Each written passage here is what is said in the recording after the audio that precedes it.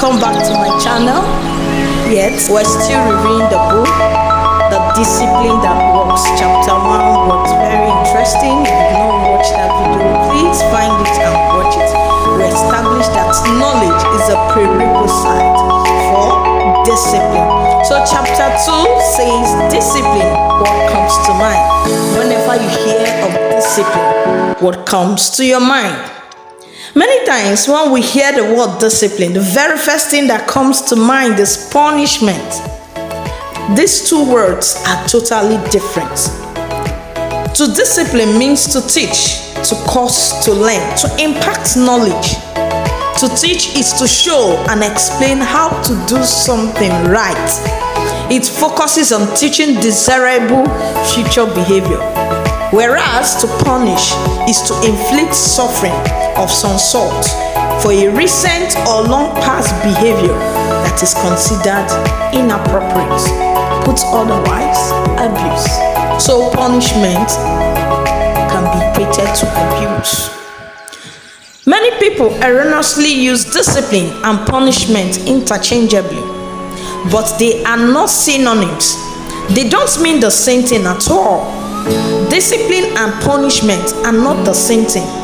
Discipline is the practice of training someone to behave in accordance with rules or a code of behavior, while punishment is making them to suffer for a wrong committed.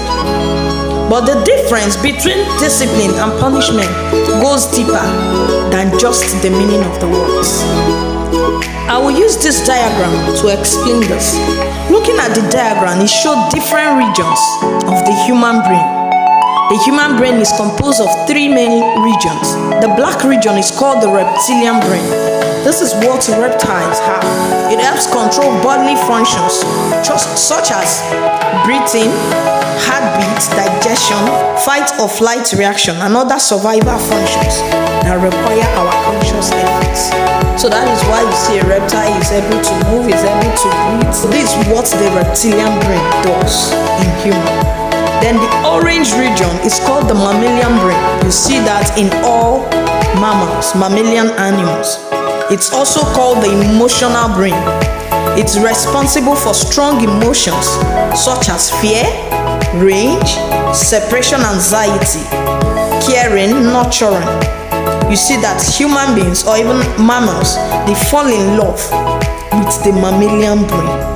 That's with the emotional brain.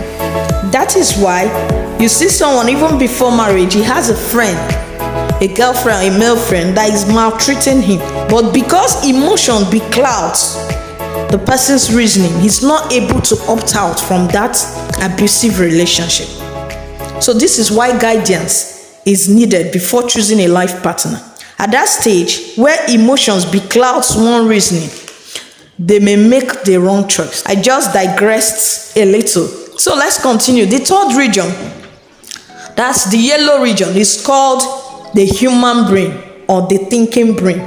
It is where learning, reasoning, problem solving, decision making, or other sophisticated thinking takes place.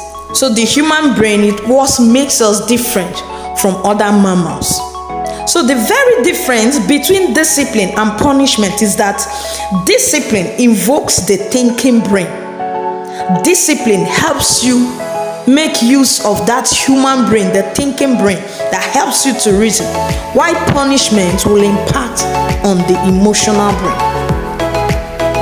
So as it impacts on the emotional brain, it brings about fear. It brings about rage. You see, at that stage, the child is not able to learn. The child is not able to learn. The child is not able to think. The child is not able to reason. So that is why punishment as a form of discipline is a no-no. So this illustration of how punishment affects the emotional brain is our response when we are in a situation that poses danger to us. Punishment signifies danger to the brain and to the child as well. So when there is danger, the brain responds using the fight and flight mechanism. Danger triggers the alarm or fear in our emotional brain without first going through the thinking brain. You know, when you're in danger, you can't afford to think. The stress hormone cortisol is released to equip the body to fight or get away or run back quickly from the object or scene of threat. So this is the fight and flight mechanism. So this is why your teenager will want to fight you when you have consistently used punishment or yelling as a form of discipline. Because the brain senses danger, it triggers this fight and flight mechanism.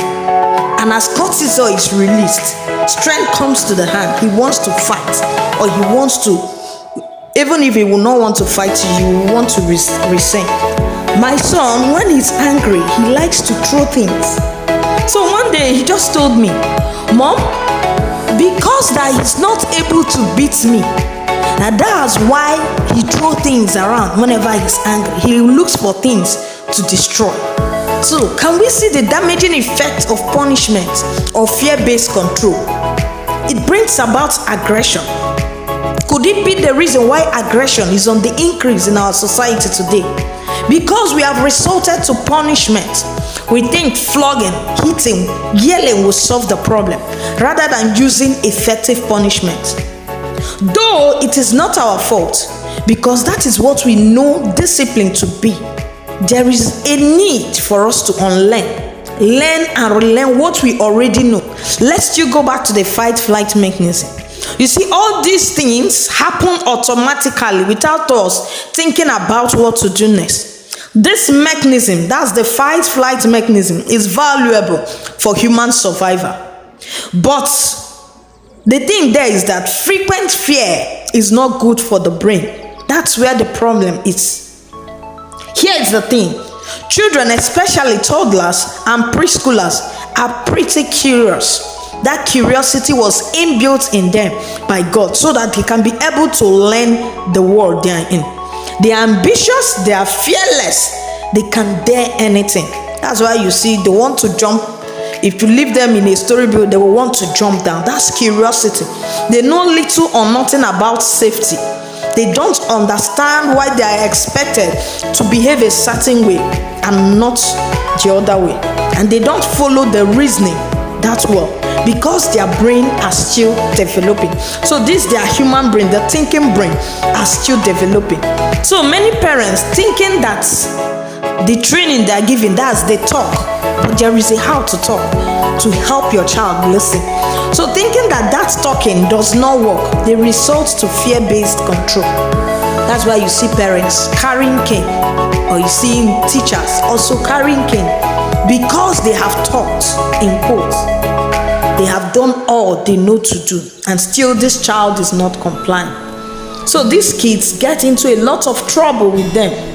The kids are threatened with fear of punishment for every time they trespass a code of behavior.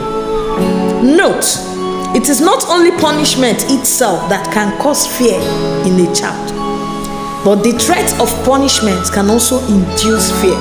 Parents hope that fear will condition their children to abandon the undesired behavior and adopt the desired one. But the fact is, frequent fear can really mess up a child's brain in many unexpected and undesirable ways. You know that the child's brain is developing. So many connections are taking place. So with that continuous fear, it releases the hormone that makes children to be aggressive. You see why in our world today, in the society today, so many people resort to aggression, because that's what the brain has known.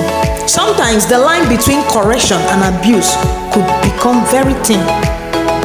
The 21st century is a tough time to be a parent.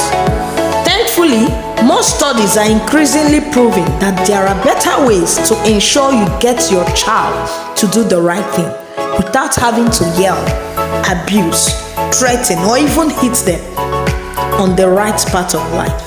This book reviews strategies that will help you discipline your child in a way that works. So make sure you follow through this review. I believe you will benefit so much from it. One factor that research shows might rule out some of the negative effects of spanking is emotional support. A University of Michigan study found that when children in homes with high levels of emotional support like hugging, caressing, and displaying a positive attitude towards the child were spanned. There was almost no negative effect. I want to believe that why this is so is because the child have connected, he has bonded and understood that their parents love them as a result of the display and emotional support. And if you find out these spankings were on occasional basis, it was not a frequent thing.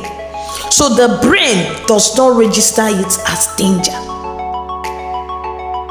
So what this research is trying to say is that children who were shown love, who were shown emotional support, that even though on occasional basis they were spanked, the brain still doesn't dictate it as danger.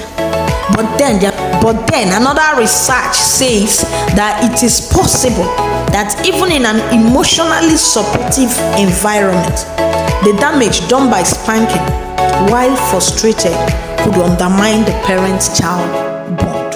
Therefore, understanding how to discipline your child, why not negatively impacting on them, on their brain, is key. Always remember that the memory of loving correction will stay with your child into adult life, as they may experience the benefits of the good character that was forming them. So if this memory of loving correction will stay with them, then also the memory of abuse will stay with these children. So which one will you want to impart in your child? That is why you see so many adults now, they are unable to bond with their parents. Once they leave the house, it takes them time, it takes them effort to go back, because they did not bond earlier with their parents in life. So we need knowledge, we need skills and tools for effective parenting in the 21st century. We can't continue to do it just the way we know, or only based on what our parents did, because we were raised for a world that is no longer in existence. At our time, we were raised in a world that is no longer in existence. Our parents lived on survival mode, and that is what I still see our generation living out. In this part of the world, things are so tight, and you see people living on survival mode. If it takes them to be aggressive to get what they want, they will do it. So that's survival mode. Aggression is on the increase. Suicidal rate is on the increase. So many things, so many ills are on the increase. So right parenting skills are learned. They are not assumed. Bullying, abusing, and inflicting injuries on your children and calling that home training, it's not discipline. I hope we get that. It will only damage your child's brain. Now let's look at the various effects on the brain and also on the child when we use effective discipline and also punishment. We're going to compare the impact on the child when someone is using effective discipline and the other person is using punishment as a form of discipline. In discipline, you teach someone to behave in accordance with rules by focusing on future behaviors.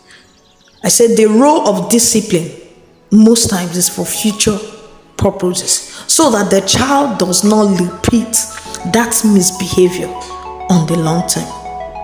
While punishment inflicts suffering for past behavior, hoping that this suffering will make the child change future behavior. Okay, another impact is that discipline invokes the thinking brain. It helps the thinking brain learn new behaviors, while punishment invokes the emotional brain. It makes the emotional brain to fear a consequence. It brings about fear. Effective discipline strategies includes to model good behavior. That as a parent, you should model good behavior. These are the strategies for effective discipline. You also use positive discipline. You must be consistent in any discipline or consequence you're using. You don't need to lapse. You should reevaluate any discipline strategy you're using. It must be age appropriate. That of punishment, The strategies used is flogging, is yelling, is hitting, and do all sorts of inhumane activities.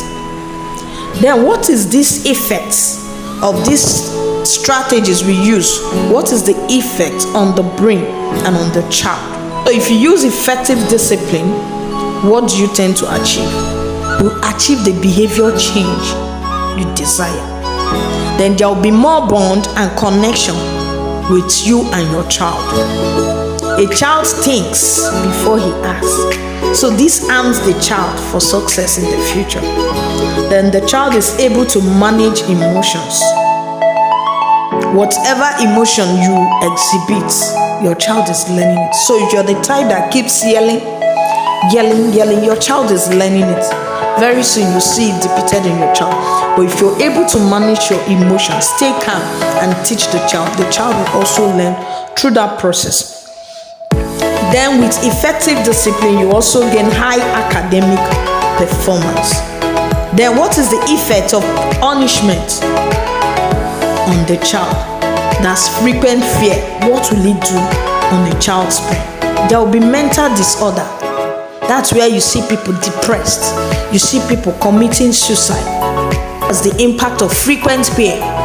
Because this child also no capacity to reason, to think, he goes into suicide. Another effect is brain shrinkage. Once the brain is not making use of the thinking brain, since the impact of punishment is mostly on the emotional brain, the thinking brain begins to shrink. It's emotion dysregulation. You get externalizing behavior. That's aggressiveness, anger outbursts. Then there will be self-fulfilling prophecy. All the names you call your child, you see it manifest. As you're yelling at your child, you call it big head, stupid boy, you don't know anything. And before you know it, you see all those things manifesting. Words cast spells. So whenever you keep pronouncing it, it's getting into the child's brain. The child is internalizing these words, and before you see it, it becomes manifest. That's what we call self-fulfilling prophecies. Also, your child can become future bullies, or you can also become a victim, depending on the effect of what the fear does to the brain. Then there will also be worse academic performance.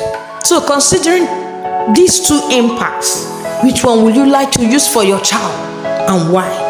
I have heard many Africans say that the only way to correct a child is to flog the child. Many say it's our culture, but really, is hitting a child originally an African culture like we presume? Have you ever given thought to how we got to hitting children in Africa? There are tribes in Africa today who still don't hit children as a way of discipline. It was colonialism that introduced hitting a child as a correctional method of managing misbehavior. The writer talked about his grandfather telling her a story why some people in their days refused to go to school. He said when the white man came, he was using cane on children. That was not a common thing to see in their times. Children were seen as gods. Parents saw their children being whipped for making mistakes in school. While some parents became convinced that it was a new way to raise children, many other parents felt it was inhumane and never sent their wards to school. Let's also reason it this way. African culture believed in reincarnation. And do you think that they could be beating their parents that's reincarnated? Let's just reason it. Flogging wasn't an African thing. It was brought in by our colonial masters. Also, Dr. Stacey Patton further explained this in his book, Bear the Kids. He said, the use of corporal punishment in black communities today is a byproduct of centuries of slavery. Because our slave masters see us as slaves, so they hit. There was nothing valuable they see in us, so they treated our forefathers like animals. So with this, we copied that. Because their brains had been damaged, they copied it to raise their children. Could you imagine a slave talking while his slave master is dishing out instructions? It won't happen. But if it happened at all, you know what it means. The slave will receive more punishment. This is what we do to our children when we flog them. That's both parents and teachers. We want them not to say their thoughts in that matter. There could have been a reason why the child did what he did. That thing we're tagging misbehavior, there could be a reason he did that. So still go back to my video on what makes children misbehave. Please, that video is very important. It will change your mentality on discipline and punishment. To gain easy access to that video, please subscribe to our channel, hit the notification button so that you will not lose out in this important review. Do you know that low creative thinking is connected to poor self-esteem, which was caused by the kind of disciplinary measure that were applied in the formative years of a person? That's during those tender age. The type of discipline used creates poor self-esteem in children. So those emotional abuse, the physical abuse, psychological abuse, methods to a child, it leads to low creative thinking. That is why in this part of the country, in Africa, we have less creative people than in other parts. My point is the cane truly an effective way to correct a problem behavior in children? You may not agree now, but believe me, there is a better and more effective way. Would you want to discover that? We have a parenting school, the Intentional Parent Academy. It will take you through this process. So if you're interested in that, check the description below for details on how to be part of that academy. And also you need to follow through this review. You will discover better and more effective ways to help your child. It is possible to raise a responsible child without eating. That's very true. We have seen it happen in the academy. So please join that academy.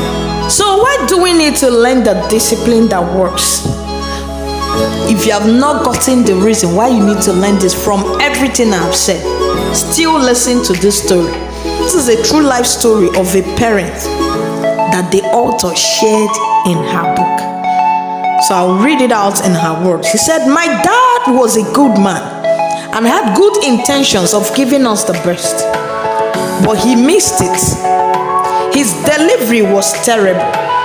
Although we have now done his bidding, in quotes, and turned out successful, in quotes, but he have lost a relationship with us and made us an emotional wreck.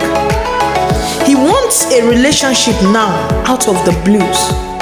He expects us to just take it, that his intentions were great, but unfortunately, it's tough for us because we are already broken.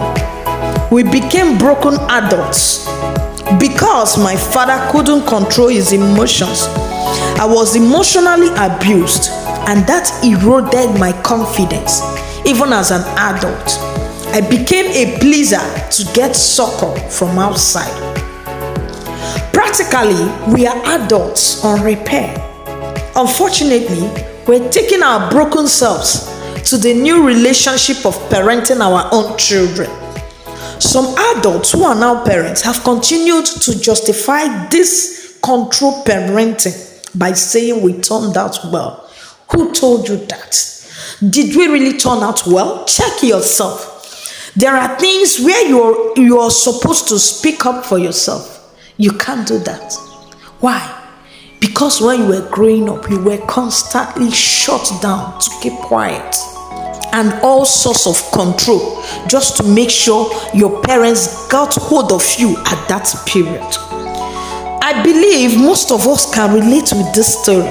It is something similar to what we have passed through, maybe from our parents, from caregivers, from our teachers. This is what we have become. So let's see what this type of parenting has caused us to be. We have become people with low self-esteem. We have become people living with low creative thinking. We're not able to own up to responsibility. or a mistake, when we make a mistake, you deny it, we're still discovering ourselves. We are people living on survival mode. Anything it is, you can lay your hand just to survive. It doesn't matter how it goes with anyone around you. No value for people around you. So, did we really turn out well? My response is a big no. We didn't turn out okay. We only got fixed after countless mistakes. Nobody pulled us through these mistakes. Nobody taught us the way to go through these mistakes. And we have this result of people. And we still say we turned out okay. Also, would you like to do same to your children? I know you wouldn't. But if you do nothing about it, you will certainly follow the same path. So what do you do? Subscribe to my channel right now. Turn on your notification bell. Then and also check the description below for the link to join the International Parent Academy. The next cohort is starting 1st December 2023. Please do the needful now. If you need to pay, if you need to borrow, please do that. It will change your life. It will change your home. It will also change your marriage. So lastly, we need to know that children do not need fixing. We as parents, we have fixed ourselves. You don't also need to fix your lovely children. They need to be shown how to regulate and set boundaries without breaking them. Why many of us see parenting as just a job? Parenting is actually more of a relationship. Parenting is about connection, not control. Find my review on the book Connect to Correct. It will show you how to connect with your children so that you can correct them effectively. You know we're in holiday season. Please go to those reviews. It will teach you why you need to connect with these children.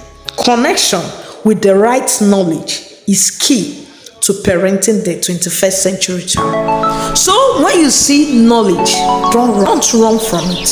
Get that knowledge so that you can help your child. We have come to the end of this review. Was it worth your time? Put down your comments in the comment section. And if you have not subscribed to our channel, please do so. And also make sure you share this video so that others will also get this knowledge. Together we can change our world. Thank you and see you in our next review. You can also put down your question in the comment section. If you're not in our WhatsApp group or the support group, please join them. Sometimes we tackle questions that may be pressing to you.